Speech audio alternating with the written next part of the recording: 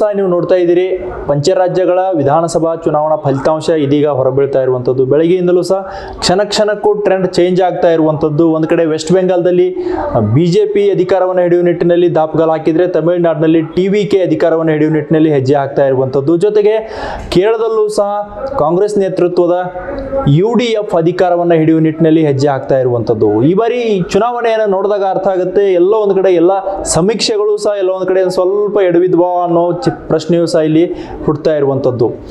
ತಮಿಳುನಾಡು ವಿಚಾರ ಆಗಿರ್ಬೋದು, ಸಾಕಷ್ಟು ಸಮೀಕ್ಷೆಗಳೇ ಉಲ್ಟಾ ಹೊಡೆದಿರುವಂಥದ್ದು. DMK ಅಧಿಕಾರಕ್ಕೆ ಬರುತ್ತೆ ಅನ್ನೋ ಮಾತುಗಳನ್ನ ಸಮೀಕ್ಷೆಗಳು ಹೇಳಿದ್ವು, ಆದರೆ ಸಮೀಕ್ಷೆಗಳು ಇಲ್ಲಿ ಉಲ್ಟಾ ಹೊಡೆದಿರುವಂಥದ್ದು. ಸದ್ಯ ಈಗ ತಮಿಳುನಾಡು ವಿಚಾರದಲ್ಲಿ ನೋಡಿದಾಗ TVK 110 ಸ್ಥಾನಗಳಲ್ಲಿ ಮುನ್ನಡೆಯನ್ನು ಕಾಯ್ದುಕೊಂಡಿರುವಂಥದ್ದು. ಜೊತೆಗೆ DMK 66 ಸ್ಥಾನಗಳಲ್ಲಿ ಮುನ್ನಡೆಯನ್ನು ಕಾಯ್ದುಕೊಂಡಿರುವಂಥದ್ದು. ಅಲ್ಲದೆ AIDMK ಪ್ಲಸ್ BJP ಅಂದರೆ NDA ಮೈತ್ರಿಕೂಟ 56 ಸ್ಥಾನಗಳಲ್ಲಿ ಮುನ್ನಡೆಯನ್ನು ಕಾಯ್ದುಕೊಂಡಿರುವಂಥದ್ದು. ಈ ತಮಿಳುನಾಡು ಸದ್ಯ ನೋಡಬೇಕಾದ್ರೆ ವಿಜಯ್ ಈಗ ಸೆಂಟರ್ ಆಫ್ ಅಟ್ರಾಕ್ಷನ್ ಆಗಿರುವಂಥದ್ದು. ವಿಜಯ್ ಯಾರ ಜೊತೆ ಕೈ ಜೋಡಿಸ್ತಾರೆ ಅನ್ನೋ ಚರ್ಚೆಗಳು ಈಗಲೇ ತಮಿಳುನಾಡು ಚುನಾವಣಾ ರಾಜಕೀಯದಲ್ಲಿ ಪ್ರಾರಂಭವಾಗಿರುವಂಥದ್ದು. ಒಂದು ವೇಳೆ ವಿಜಯ್ ಅವರು AIDMK ಜೊತೆ ಕೈ ಜೋಡಿಸ್ತಾರಾ ಅಥವಾ ಮತ್ತೆ DMK ಜೊತೆ ಕೈ ಜೋಡಿಸಿ ಮತ್ತೆ ಅಧಿಕಾರವನ್ನು ಹಿಡಿತಾರಾ ಅನ್ನೋ ಚರ್ಚೆಗಳು ಇದೀಗ ಲೆಕ್ಕಾಚಾರಗಳು ಸಹ ಮೂಡ್ತಾ ಇರುವಂಥದ್ದು. ಆದರೆ ವಿಜಯ್ ಅವರ ಲೆಕ್ಕಾಚಾರದಲ್ಲಿ ನೋಡಿದಾಗ ವಿಜಯ್ ಅವರು ಯಾರನ್ನ ದ್ವೇಷಿಸದೆ, ಯಾರನ್ನ ಟೀಕಿಸದೆ, ಎಲ್ಲರನ್ನ ಜೊತೆಗೂಡಿ ಚುನಾವಣೆಯನ್ನು ಮಾಡಿರುವ ಒಂದು ನಿದರ್ಶನವನ್ನು ಅವರು ಎಲ್ಲರ ಎದುರು ಕಟ್ಟಿಕೊಟ್ಟಿರುವಂಥದ್ದು. ಈ ಕಡೆ DMK ಆಗಿರ್ಬೋದು, ಜೊತೆಗೆ AIDMK ಆಗಿರ್ಬೋದು, ಜೊತೆಗೆ ರಾಜಕೀಯ ವಿಚಾರವನ್ನು ಬದಿಗೊತ್ತಿ ಸಮಾಜದಲ್ಲಿ ನೋಡಿದಾಗ ಹಿಂದೂ, ಮುಸ್ಲಿಂ, ಕ್ರೈಸ್ತ ಎಲ್ಲರೂ ನಮ್ಮವರು ಅನ್ನೋ ನಿಟ್ಟಿನಲ್ಲಿ ಅವರೊಂದು ಅಲ್ಲಿ ಸಹಬಾಳ್ವೆ, ಒಂದು ಅಂದರೆ ಸಮಾನತೆ ಒಂದು ವಾತಾವರಣವನ್ನು ನಿರ್ಮಾಣ ಮಾಡಿ ವಿಜಯ್ ಅವರು ತಮ್ಮ ಚುನಾವಣಾ ರ್ಯಾಲಿಗಳನ್ನು ನಡೆಸಿದ್ರು. ಇದೇ ಚುನಾವಣಾ ರ್ಯಾಲಿಗಳಲ್ಲಿ ಸಾಕಷ್ಟು ಜನರು ಭಾಗಿಯಾಗಿದ್ರು. ಮುಖ್ಯವಾಗಿ ನೋಡಬೇಕಾದ್ರೆ ತಮಿಳುನಾಡಿನಲ್ಲಿ ವಿಜಯ್ ಅವರ ರ್ಯಾಲಿಗೆ ಸಾಕಷ್ಟು ಯಂಗ್ಸ್ಟರ್ ಜನರೇ ಜಾಸ್ತಿಯಾಗಿ ಭಾಗಿಯಾಗಿದ್ರು. ಅದೇ ಇದೀಗ ಮತವಾಗಿ ಪರಿಣಮಿಸಿರುವುದು, ಮತವಾಗಿ ಬದಲಾವಣೆ ಆಗಿರುವುದು ವಿಜಯ್ ಅವರ ಈ ದೊಡ್ಡ ಮಟ್ಟದ ಗೆಲುವಿಗೆ ಕಾರಣವಾಗಿದೆ ಅಂತಾನೆ ಹೇಳ್ಬೋದಾಗಿರುವಂಥದ್ದು. ಅಭಿಮಾನಿಗಳು ವಿಜಯ್ ಅವರಿಗೆ ನಿರೀಕ್ಷೆಯನ್ನ ಇನ್ನಷ್ಟು ಹೆಚ್ಚಿಸುವಂತೆ ಮಾಡಿದ್ರು, ಆದರೆ ನಿರೀಕ್ಷೆಯನ್ನ ಹುಸಿ ಮಾಡಲಿಲ್ಲ ಅನ್ನೋ ಮಾತುಗಳು ಇದೀಗ ಸತ್ಯವಾಗ್ತಾ ಇರುವಂಥದ್ದು. ಅಭಿಮಾನಿಗಳು ವಿಜಯ್ಗೆ ಕೈ ಬಿಡಲಿಲ್ಲ. ಅಂದ್ರೆ ವಿಜಯ್ ಯಾರನ್ನ ಅಭಿಮಾನಿಗಳನ್ನ ನಂಬಿಕೊಂಡು ಚುನಾವಣಾ ಅಖಾಡಕ್ಕೆ ಇಳಿದಿದ್ರು, ಚುನಾವಣೆ ಅಖಾಡಕ್ಕೆ ಇಳಿದು ಪ್ರಚಾರವನ್ನ ಮಾಡಿದ್ರು, DMKಗೆ ಸೋಲಿನ ರುಚಿ ತೋರಿಸಬೇಕು ಅನ್ನೋ ಪಣ ತೊಟ್ಟರು. ಎಲ್ಲವನ್ನ ಅಭಿಮಾನಿಗಳು ಸೂಕ್ಷ್ಮವಾಗಿ ಗಮನಿಸಿ ಅಂದ್ರೆ ವಿಜಯ್ ಪರವಾಗಿಯೇ ತಮ್ಮ ಒಂದು ಒಲವನ್ನು ವ್ಯಕ್ತಪಡಿಸಿದ್ರು, ಮತದಾನವನ್ನ ಮಾಡಿದ್ರು. ಅಂತಿಮವಾಗಿ ಇದೀಗ ಫಲಿತಾಂಶ ಹೊರಬಿದ್ದಿರುವಂಥದ್ದು DMKಗೆ ಭಾರಿ ಮುಖಭಂಗ ಆಗಿರುವಂಥದ್ದು. TVK ಅಧಿಕಾರ ಹಿಡಿಯುವ ನಿಟ್ಟಿನಲ್ಲಿ ಹೆಜ್ಜೆಯನ್ನು ಹಾಕ್ತಾ ಇರುವಂಥದ್ದು. ಇದು ತಮಿಳುನಾಡಿನ ವಿಚಾರ. ಆದರೆ ಕೇರಳದಲ್ಲೂ ಸಹ ಎಲ್ಲ ಒಂದು ಕಡೆ ಪಿಣರಾಯಿ ವಿಜಯನ್ ಅವರು ಸತತವಾಗಿ ಅಧಿಕಾರವನ್ನ ನಡೆಸ್ತಾ ಬರ್ತಾ ಇದ್ರು, CM ಆಗಿ ಅಧಿಕಾರವನ್ನ ನಡೆಸ್ತಾ ಇದ್ರು. ಆದರೆ ಈ ಬಾರಿ ಅಲ್ಲೂ ಸಹ ಬದಲಾವಣೆ ಆಗ್ತಾ ಇರುವಂಥದ್ದು. UDF ನೇತೃತ್ವದ ಸರ್ಕಾರ ಅಧಿಕಾರಕ್ಕೆ ಬರುತ್ತೆ ಅನ್ನೋ ಮಾತುಗಳು ಸಹ ಸದ್ಯದ ಟ್ರೆಂಡ್ ಪ್ರಕಾರ ನೋಡಿದ್ರೆ ಅರ್ಥ ಆಗುತ್ತೆ. UDF 100 ಸ್ಥಾನಗಳಲ್ಲಿ ಮುನ್ನಡೆಯನ್ನ ಕಾಯ್ದುಕೊಂಡಿದ್ರೆ LDF 37 ಸ್ಥಾನಗಳಿಗೆ ಮುನ್ನಡೆಯನ್ನ ಕಾಯ್ದುಕೊಳ್ತಾ ಇರುವಂಥದ್ದು. ಅಲ್ಲದೆ ಈಗ ಸದ್ಯ ಕೇರಳದ ವಿಚಾರದಲ್ಲಿ ನೋಡಿದಾಗ ಕಾಂಗ್ರೆಸ್ಗೆ ಎಲ್ಲ ಒಂದು ಕಡೆ ಅಧಿಕಾರದ ಬಾಗಿಲು ಓಪನ್ ಆಗ್ತಾ ಇದೆ ಅನ್ನೋ ಮಾತುಗಳು ಸಹ ಲೆಕ್ಕಾಚಾರಗಳು ಸಹ ಇಲ್ಲಿ ಹುಟ್ಕೊಳ್ತಾ ಇರುವಂಥದ್ದು. ಒಂದು ವೇಳೆ ಕಾಂಗ್ರೆಸ್ ಅಧಿಕಾರದಲ್ಲಿ ಬಂದರೆ ಯಾರು CM ಆಗ್ತಾರೆ ಅನ್ನೋ ಚರ್ಚೆಗಳು ಸಹ ಇಲ್ಲಿ ಇದೀಗ ಸಾಕಷ್ಟು ಮೂಡ್ತಾ ಇರುವಂಥದ್ದು. ಒಂದು ಕಡೆ ನೋಡಬೇಕಾದ್ರೆ VD ಸತೀಶನ್ ಇದ್ದಾರೆ, ಜೊತೆಗೆ KC ವೇಣುಗೋಪಾಲ್ ವಿಚಾರದಲ್ಲಿ ನೋಡಿದಾಗ CM ಅಭ್ಯರ್ಥಿ ಅಂದಲೇ ಇದೀಗ ಕಾಂಗ್ರೆಸ್ ಅಂದ್ರೆ ವಲಯದಲ್ಲಿ ಬಿಂಬಿಸಲಾಗ್ತಾ ಇರುವಂಥದ್ದು. ಈ ಕಾರಣಕ್ಕಾಗಿ ವೇಣುಗೋಪಾಲ್ ಅವರು ಚುನಾವಣೆಯಲ್ಲಿ ಸಾಕಷ್ಟು ಒಂದು ಪರಿಶ್ರಮವನ್ನು ಹಾಕಿದ್ರು, ಜೊತೆಗೆ ತಾವೇ ಮುಂದಿನ CM ಅಭ್ಯರ್ಥಿ ಅನ್ನೋ ನಿಟ್ಟಿನಲ್ಲಿ ಬಿಂಬಿಸುವ ನಿಟ್ಟಿನಲ್ಲಿ ಒಂದು ಪ್ರಯತ್ನವನ್ನು ಮಾಡಿದ್ರು. ಹೀಗಾಗಿ ಕರ್ನಾಟಕದ ರಾಜ್ಯದ ಸಾಕಷ್ಟು ಕಾಂಗ್ರೆಸ್ ನಾಯಕರನ್ನ ಕೇರಳ ಚುನಾವಣೆಗೆ KC ವೇಣುಗೋಪಾಲ್ ಅವರೇ ಖುದ್ದಾಗಿ ಆಮಂತ್ರಿಸಿ ಸ್ಟಾರ್ ಪ್ರಚಾರಕರನ್ನಾಗಿ ನೇಮಕ ಮಾಡಿಕೊಂಡು ಕಾಂಗ್ರೆಸ್ ಗೆಲುವಿಗೆ ಎಲ್ಲೋ ಒಂದು ಕಡೆ ವೇಣುಗೋಪಾಲ್ ಅವರು ರಣತಂತ್ರವನ್ನು ಹೆಣೆದಿದ್ರು. ಅದರ ಫಲವಾಗಿ ಇದೀಗ UDF 100 ಸ್ಥಾನಗಳಲ್ಲಿ ಮುನ್ನಡೆಯನ್ನ ಕಾಯ್ದುಕೊಂಡಿರುವಂಥದ್ದು.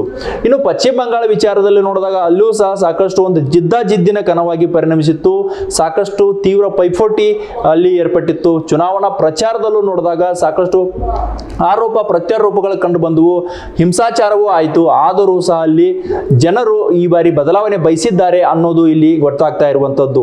ಯಾಕಂದ್ರೆ TMC ಸತತವಾಗಿ ಮಮತಾ ಬ್ಯಾನರ್ಜಿ ಅಧಿಕಾರವನ್ನು ನಡೆಸಿದ್ರು. ಮೂರು ಅವಧಿಗೆ ಮುಖ್ಯಮಂತ್ರಿಯಾಗಿ ಮಮತಾ ಬ್ಯಾನರ್ಜಿ ಅವರು ಪಶ್ಚಿಮ ಬಂಗಾಳದಲ್ಲಿ ತಮ್ಮ ಅಧಿಕಾರವನ್ನು ನಡೆಸಿದ್ರು. ಆದರೆ ಸತತ 3 ಅವಧಿಗಳ ಕಾಲ ಪಶ್ಚಿಮ ಬಂಗಾಳದಲ್ಲಿ ಮಮತಾ ಬ್ಯಾನರ್ಜಿ ಅವರು ಮುಖ್ಯಮಂತ್ರಿಯಾಗಿ ಅಧಿಕಾರವನ್ನು ನಡೆಸಿದ್ರು. ಆದರೆ ಈ ಬಾರಿಯಲ್ಲಿ ಎಲ್ಲವೂ ಬದಲಾವಣೆ ಆಗಿರುವಂಥದ್ದು. ಬಿಜೆಪಿ 2ನೇ ಬಾರಿ ಪ್ರಯತ್ನದಲ್ಲಿ ಎಲ್ಲ ಒಂದು ಕಡೆ ಸಕ್ಸಸ್ ಕಂಡು ಬಂದಂತೆ ಕಾಣ್ತಾ ಇರುವಂಥದ್ದು. ಬಿಜೆಪಿ ಸದ್ಯ ನೋಡಿದ್ರೆ ಬಿಜೆಪಿಯಲ್ಲಿ ಇದೀಗ ಭರ್ಜರಿ ಗೆಲುವಿನ ನಾಗಾಲೋಟ ಮುಂದುವರಿತಾ ಇರುವಂಥದ್ದು. 191 ಸ್ಥಾನಗಳಲ್ಲಿ ಬಿಜೆಪಿ ತನ್ನ ಮುನ್ನಡೆಯನ್ನ ಕಾಯ್ದುಕೊಳ್ತಾ ಇರುವಂಥದ್ದು. ಸದ್ಯದ ಟ್ರೆಂಡ್ ಪ್ರಕಾರ ನೋಡಿದ್ರೆ ಕ್ಷಣಕ್ಕೂ ಅಲ್ಲಿ ಪಶ್ಚಿಮ ಬಂಗಾಳದಲ್ಲಿ ಬಿಜೆಪಿ ತನ್ನ ಸಂಖ್ಯೆಯನ್ನ ಜಾಸ್ತಿ ಮಾಡಿಕೊಳ್ಳುವ ನಿಟ್ಟಿನಲ್ಲಿ ಪ್ರಯತ್ನವನ್ನು ಮಾಡ್ತಾ ಇರುವಂಥದ್ದು. ಜೊತೆಗೆ ಟಿಎಂಸಿ 97 ಸ್ಥಾನಗಳನ್ನ ಮುನ್ನಡೆಸಿಕೊಂಡ್ರೆ ಕಾಂಗ್ರೆಸ್ 3 ಹಾಗೂ ಇತರೆ 2 ಸ್ಥಾನಗಳಲ್ಲಿ ಮುನ್ನಡೆ ಕಾಯ್ದುಕೊಂಡಿರುವಂಥದ್ದು.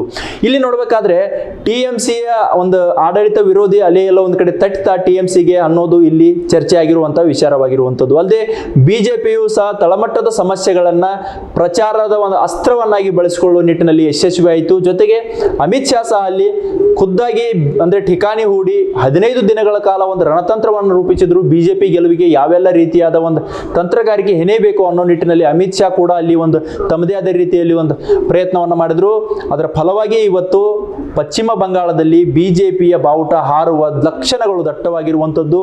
ಮುಖ್ಯಮಂತ್ರಿ ಯಾರಾಗಲಿದ್ದಾರೆ ಅನ್ನೋ ಚರ್ಚೆಗಳು ಸಹ ಇದೀಗ ಮೂಡ್ತಾ ಇರುವಂಥದ್ದು. ಆದರೆ ಇದುವರೆಗೆ ಬಿಜೆಪಿ ಮುಖ್ಯಮಂತ್ರಿ ಅಭ್ಯರ್ಥಿಯನ್ನ ಘೋಷಿಸಿಲ್ಲ. ಆದರೂ ಸಹ ಕೇವಲ ಮಮತಾ ಬ್ಯಾನರ್ಜಿ ಕೋಟೆಯನ್ನ ಛಿದ್ರ ಮಾಡಿ ಅಲ್ಲಿ ಅಧಿಕಾರಕ್ಕೆ ಬರುವ ಒಂದು ಗುರಿಯನ್ನ ಮಾತ್ರ ಬಿಜೆಪಿ ಇಟ್ಕೊಂಡಿತ್ತು. ಎಲ್ಲ ಒಂದು ಕಡೆ ಸದ್ಯದ ಸ್ಥಿತಿಯನ್ನು ನೋಡಿದಾಗ ಮಮತಾ ಬ್ಯಾನರ್ಜಿ ಅವರ ಕೋಟೆಯನ್ನು ಬಿಜೆಪಿ ಭೇದಿಸುವಲ್ಲಿ ಯಶಸ್ವಿಯಾಗಿದೆ ಅಂತಾನೆ ಹೇಳ್ಬೋದಾಗಿರುವಂಥದ್ದು. ಆದರೆ ಇದೆ ಯಾವಾಗ ಈ ಚುನಾವಣಾ ಫಲಿತಾಂಶ ಹೊರಬೀಳ್ತಾ ಬರ್ತಾ ಇತ್ತು ಅದೇ ಸಂದರ್ಭದಲ್ಲಿ ಮಮತಾ ಬ್ಯಾನರ್ಜಿ ಅವರು ಫಸ್ಟ್ ರಿಯಾಕ್ಷನ್ ಅನ್ನು ಕೊಟ್ಟರು. ಒಂದು ಮಾತು ಹೇಳಿದ್ರು, ಯಾವುದೇ ಕಾರಣಕ್ಕೂ ಟಿಎಂಸಿ ಕಾರ್ಯಕರ್ತರು ಮತ ಎಣಿಕೆ ಕೇಂದ್ರದಿಂದ ಹೊರಬರಬೇಡಿ, ಏಜೆಂಟರು ಹೊರಬರಬೇಡಿ ಅನ್ನೋ ಒಂದು ಕರೆಯನ್ನ ಮಮತಾ ಬ್ಯಾನರ್ಜಿ ಅವರು ನೀಡಿರುವುದು ಅದು ಸಾಕಷ್ಟು ಒಂದು ಸಂಚಲನಕ್ಕೆ ಕಾರಣವಾಗಿರುವಂಥದ್ದು. ಇನ್ನೂ ಸಹ ಟಿಎಂಸಿಯಲ್ಲಿ ಜೊತೆಗೆ ಮಮತಾ ಬ್ಯಾನರ್ಜಿಯಲ್ಲಿ ನಿರೀಕ್ಷೆ ಇದೆ. ಅಂದ್ರೆ ಚುನಾವಣಾ ಫಲಿತಾಂಶದಲ್ಲಿ ಒಂದು ಕಡೆ ಟ್ವಿಸ್ಟ್ ಸಿಗುವ ನಿರೀಕ್ಷೆಯನ್ನ ಟಿಎಂಸಿ ಇಟ್ಕೊಂಡಿರುವಂಥದ್ದು. ಈ ಕಾರಣಕ್ಕಾಗಿ ಮಮತಾ ಬ್ಯಾನರ್ಜಿ ಖುದ್ದಾಗಿ ಹೇಳಿರುವಂಥದ್ದು ಕಾರ್ಯಕರ್ತರಿಗೆ, ಜೊತೆಗೆ ಅಲ್ಲಿ ಮುಖ್ಯವಾಗಿ ಚುನಾವಣಾ ಏಜೆಂಟರಿಗೆ ಹೇಳಿರುವಂಥದ್ದು, ಯಾವುದೇ ಕಾರಣಕ್ಕೂ ಮತ ಎಣಿಕೆ ಕೇಂದ್ರದಿಂದ ಹೊರಬೇರಬೇಡಿ, ಕೊನೆ ಕ್ಷಣದವರೆಗೂ ಸಹ ಮತ ಎಣಿಕೆ ಕೇಂದ್ರದಲ್ಲೇ ಇರಿ ಅನ್ನೋ ಒಂದು ಸಂದೇಶವನ್ನು ರವಾನಿಸಿರುವುದು.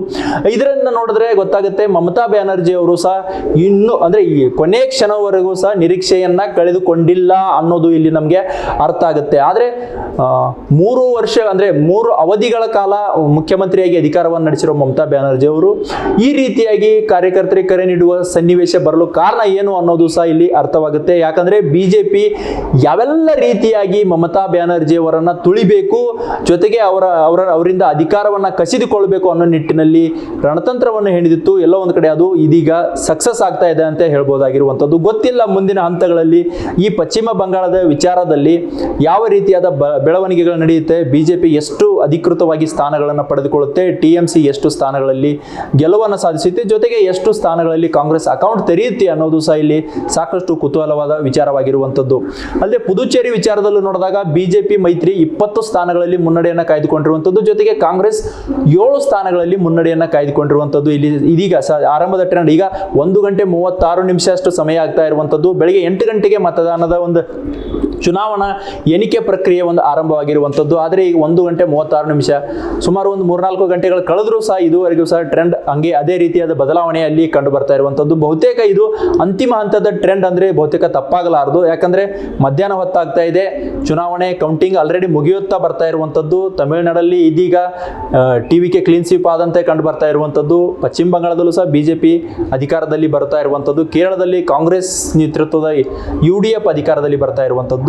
ಸೊ ಈ ಎಲ್ಲ ಪಂಚ ರಾಜ್ಯಗಳ ಚುನಾವಣೆ ಫಲಿತಾಂಶ ಹೊರಬೀಳ್ತಾ ಇರುವಂಥದ್ದು. ಆದರೆ ಅಂತಿಮವಾಗಿ ಸರ್ಕಾರ ಯಾವುದು ರಚನೆ ಆಗುತ್ತೆ, ಯಾವ್ಯಾವ ರಾಜ್ಯಗಳಲ್ಲಿ ಯಾವ ಸರ್ಕಾರಗಳು ರಚನೆ ಆಗುತ್ತೆ, ಜನರು ಯಾರಿಗೆ ಎಷ್ಟು ಆಶೀರ್ವಾದ ಮಾಡಿದ್ದಾರೆ, ಎಷ್ಟು ಸ್ಥಾನಗಳಲ್ಲಿ ಯಾರು ಗೆಲ್ತಾರೆ ಅನ್ನೋದು ಸಹ ಇನ್ನೂ ಸಹ ಅಧಿಕೃತವಾಗಿ ಘೋಷಣೆಯಾದ ಬಳಿಕವೇ ನಮಗೆ ಗೊತ್ತಾಗಲಿರುವಂಥದ್ದು. ಹೆಚ್ಚಿನ ವಿಡಿಯೋಗಳಿಗೆ ಪ್ರತಿಧ್ವನಿ ಯೂಟ್ಯೂಬ್ ಚಾನೆಲ್ ಸಬ್ಸ್ಕ್ರೈಬ್ ಮಾಡಿ, ಬೆಲ್ ಐಕಾನ್ ಕ್ಲಿಕ್ ಮಾಡಿ.